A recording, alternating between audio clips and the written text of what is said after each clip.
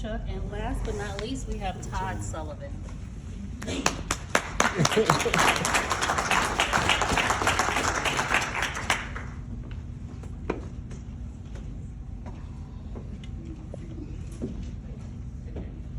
everyone. Can you guys hear me?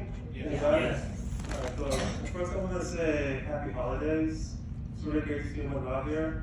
Normally I would begin by saying that I'm pretty sure no one knows who I am, but I've been with the AWC since March. I think I've talked to a few of you, so maybe a few people do know who I am. My name is Todd Sullivan, and I think I'm the only fantasy and horror writer speaking today. And a few of you have actually come by to look at my books, and the first thing you said that my covers are scary. So I want to kind of talk about what the books are about, and in the process, you learn a little bit about me. I'm actually a graduate alumni at Georgia State. I graduated from Georgia State in 2006, and then I went to Queens, to New York, Queens, where I got an MFA from Queens College. And then I went to Korea. I was in Korea from 2009 to 2019, and then I went to Taiwan from 2019 to 2021. Unfortunately, the COVID years, I went to October 2019 and COVID started, and then I went back to Korea. And so all of my published books take place in Korea, actually. It takes place in Seoul.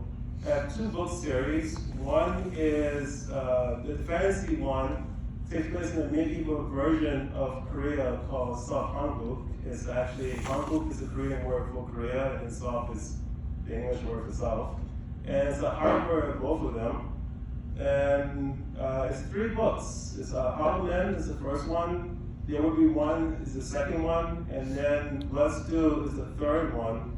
A lot of people get kind of freaked out about the title Blood Stew. And I did have a speech at Novel Idea, which I want to give a shout out to right now, where I explained where I came up with the title Blood Stew, and why when I was living in Korea, I didn't think it was such a big deal. It wasn't until I came back here and people were like, oh, Blood Stew is scary, and it's not.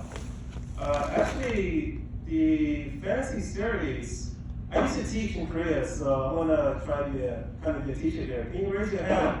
How many people here have a dream? A dream, yeah. And how many people here have a goal? I actually consider these to be slightly different, a goal. And so, the One Shot Chronicles is a metaphor for following your dreams and trying to fulfill your goals. That's what it is. It's a bunch of young people who are generally 16 or 18 years old who are going on this quest to become a hero. And there's all these obstacles that they have to do, overcome. And even though people who are the goal of trying to be an author, the obstacle is, trying to find an agent, be a publisher, promote your stuff, get a bigger audience. For them, it's a fantasy setting, so of course it's not that. But still, the idea is the same. They have to be very brave, they have to be very strong, they have to be very confident in order to overcome their fantasy obstacles. And the next one, people definitely say these are scary. The vampire series. And the first one is called Butchers. The second one is called The Gray Man Smoking Shadows. The third one is called The Silver Day. And then this is about following your dreams and never giving up, no matter what. So it's a hopeful book. The vampire series is a warning. It's a warning about what happens if you give up. The vampires in this book are called employees because they're working the worst job you can imagine. That's what they do. And they're stuck doing it. Their dreams have been taken away from them. And their passions have been taken away from them. And they have goals, but their goals have been forced upon them. And so they both make both sides of the same coin. This is about having hope, and this is a warning about never giving up and keep going forward. And so that's about it. I hope to see some of you guys at the table out there, and Merry Christmas, and thank you.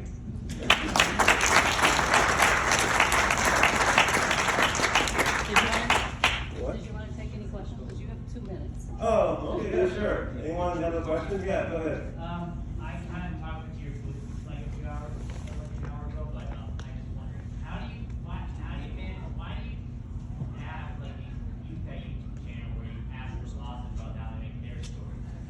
So the YouTube channel started during the pandemic. I was in Taiwan, and it was actually a terrible experience. That's a whole different story.